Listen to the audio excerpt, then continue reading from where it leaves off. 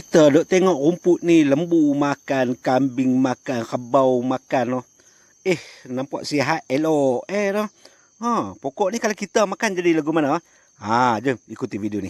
Assalamualaikum warahmatullahi wabarakatuh. Alhamdulillah. Ni kita tengah rehat sat noh. Duk tengah balut buah cepedak noh. Buah cepedak baru duk putih tu yang kena balut lah noh. Jom kita tengok ni. Sambil-sambil duk rehat ni, saya tertarik tengok satu rumput ni noh. Jadi kita pun nak tertanya, nak tahu ada manfaat tak lah manfaat rumput ni noh. Sebab kita tengok lembu makan sihat walafiat elok kan noh. Kita tengok. Kalau yang ni rumput mutiara noh, nampak tak? Dia ada putih-putih lagu tu noh. Rumput ni pun banyak khasiat dia ni. Ramai juga yang bagi maklum balah kata elok noh. Boleh tengok juga ni kita buat di sini. Ni cerita pasal rumput mutiara, tapi bukan cerita ni sebenarnya tajuk utama dia. Tengok ni pokok ni, nampak tak? Ni pokok lembar noh. Kalau kata musang ke tupai ke, bila depa kena racun, depa akan cari hak ni lah noh. Ada orang panggil juga pinang puyuh noh. Pokok ni bagus dan banyak khasiat noh.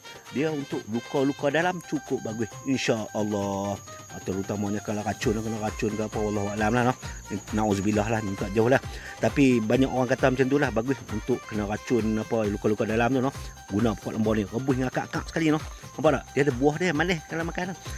Tapi ni bukan tajuk utama kita. Hak ni rumput ni sebenarnya ni. Ni rumput kebau, nampak tak? Rumput kebau ataupun rumput pahit noh.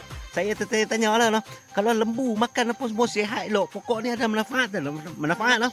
Jom kita tengok. Bila saya search, saya tengok, subhanallah, memang ada manfaat. Dia bagus untuk menyembuhkan luka, hentikan pendarahan, merawat masalah kulit dan banyak lagi, nampak tak tu? Kemudian saya terus rujuk ke Petua Nenek pula, Facebook Petua Nenek. Kita tengok. Rupanya dia ada macam-macam nama noh. Seluruh dunia pakai ni noh, rumput ni. Subhanallah, memang banyaklah manfaat dia noh. Sekadar tu dulu, harap bermanfaat. Terima kasih banyak. Assalamualaikum warahmatullahi wabarakatuh.